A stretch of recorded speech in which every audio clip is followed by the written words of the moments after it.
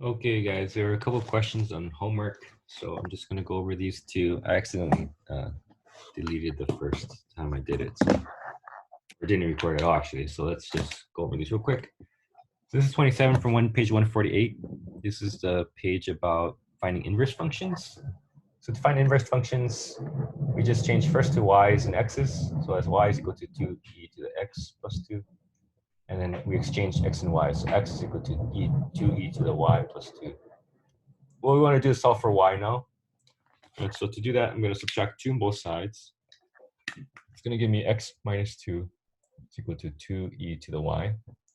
And then I want to get e to the y by itself because then I can apply the inverse function. I can't do it as it is because I have this multiplier. I want just the base by itself to whatever power.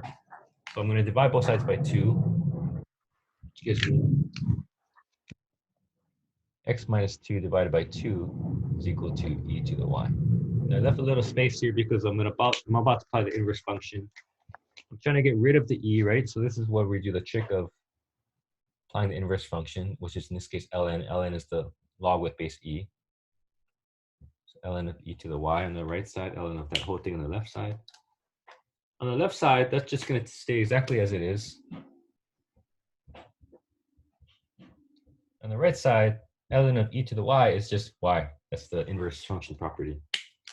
So now this is a perfectly acceptable answer, just changing y to f inverse of x. But since you have a log, you also have the option of writing it as a subtraction of things instead, because here, anytime you're dividing, remember the rules of log say I can write that as a subtraction instead. So I can write this as x minus 2 minus ln of 2 if I want to. That's equal to y. Now, final answer. So this is really the answer, but remember, just inverse function notation, I should use f inverse. So I'm going to write this as f inverse of x. And I'm just going to rewrite that last line, ln of x minus 2 minus ln of 2. And that's number 27. 29 is the same idea. Start by writing y is equal to, same thing. And then change y's and x's. That's how we find inverses, right? Exchanging y's and x's is the act of finding the inverse, really. There it is. And now at that point, I just want to solve for y, but here I have an ln, right? So to get rid of that ln, I use the inverse function property, which I show in red, taking e to that. It said e to that. On the left side, what do I get? I just get that original e to the x. On the right side, e and ln, those guys cancel each other out. So I end up with just e to the y plus 1. Now here I want to get e to the y by itself because I'm trying to pull the y down. So I'm going to subtract 1 on both sides. This is going to be e to the x minus 1 is equal to e to the y.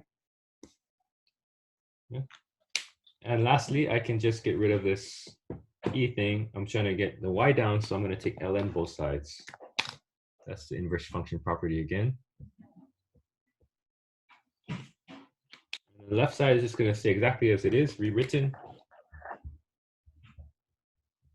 And on the right side, ln of e is just undoes it, so I have just y by itself. And so there's your answer right there. There's your answer, except for the notation. I should rewrite this in f inverse notation. So f inverse of x is equal to ln of e to the x minus 1. There it is. So those are two of the homework questions. I think there was one more homework question, but I forget what it was. If you guys have your own questions, you can always send me a message. Okay, thanks guys.